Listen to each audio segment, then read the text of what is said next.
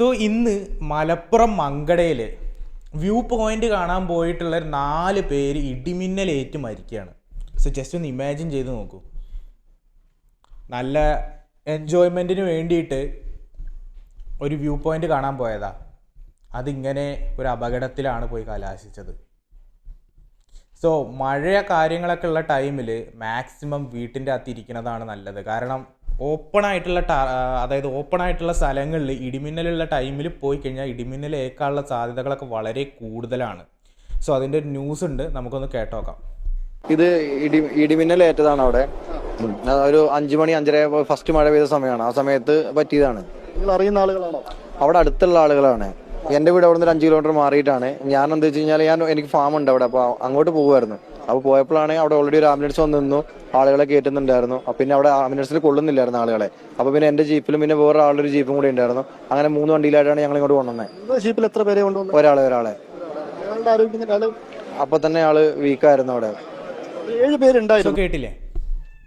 So maximum എല്ലാവരും എന്ത് ചെയ്യുക, ഇടിമിന്നലും ഈ മഴയൊക്കെ ഉള്ള സമയത്ത് മാക്സിമം ഒരു ഓപ്പൺ പ്ലേസിൽ നിന്ന് മാറിയിട്ട് എല്ലാവരും സുരക്ഷിതമായിട്ടുള്ള സ്ഥലങ്ങളിൽ നിൽക്കുക. കാരണം ഇടിമിന്നലേക്കാനുള്ള സാധ്യതകൾ ഇപ്പോൾ വളരെ കൂടുതലാണ്. കാരണം ഇപ്പോൾ ഇടിമിന്നലെന്ന് കേൾക്കുമ്പോൾ എല്ലാവർക്കും പേടിയാണ്. കാരണം എന്തെങ്കിലും എവിടുന്നേലൊക്കെ സംഭവിക്കാനുള്ള സാധ്യത വളരെ കൂടുതലാണ്.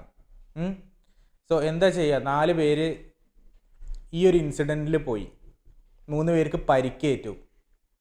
സോ അത് എൻ്റെ നാട്ടിൽ തന്നെയാണ്, എൻ്റെ കുറച്ചപ്പുറത്തോ, എനിക്കൊരു 4-5 കിലോമീറ്റർ അപ്പുറത്താണ് മങ്കട എന്ന് പറയുന്ന ഒരു സ്ഥലത്താണ് ഈ ഒരു ഇൻസിഡൻറ്റ് സംഭവിച്ചിട്ടുള്ളത്.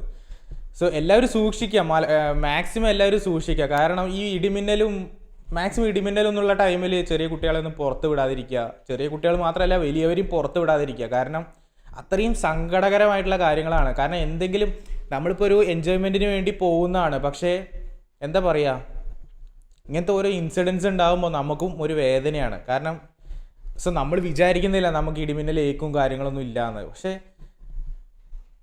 എല്ലാം ഏത് നിമിഷം വേണമെങ്കിലും എന്ത് സംഭവിക്കാം, അങ്ങനത്തെ ഒരു രീതിയിലാണ് ഇപ്പോഴത്തെ കാലം പോയിക്കൊണ്ടിരിക്കുന്നത്. സോ എല്ലാവരും മാക്സിമം സൂക്ഷിച്ച് കാര്യങ്ങൾ ചെയ്യുക. കാരണം ഇനി മഴക്കാലമാണ് വരാൻ പോകുന്നത്. സോ മഴക്കാലം വരുന്നതോടെ തന്നെ ഇടിമിന്നലും കാര്യങ്ങളൊക്കെ വളരെ ശക്തമായിട്ടുണ്ടാകും. ഇതിപ്പോൾ വേനൽ മഴയാണ്. വേനൽ മഴയിൽ നമ്മൾ ഒട്ടും പ്രതീക്ഷിച്ചിട്ടില്ല വേനൽ മഴ ഇത്ര കിട്ടുമെന്നും ഇടിമിന്നൽ ഇങ്ങനെ ആവും എന്നുള്ളതും. സോ കഴിഞ്ഞ 2-3 ദിവസമായിട്ട് ഇതേപോലെ തന്നെ മലപ്പുറം ഏരിയയിൽ നല്ല ഇടിമിന്നലും കാര്യങ്ങളും ഉണ്ട്. സോ എല്ലാവരും മാക്സിമം സൂക്ഷിച്ച് വീട്ടിലിരിക്കുക. കാരണം നിങ്ങളെ കുട്ടികളെ ഒന്നും പുറത്ത് വിടാതിരിക്കുക.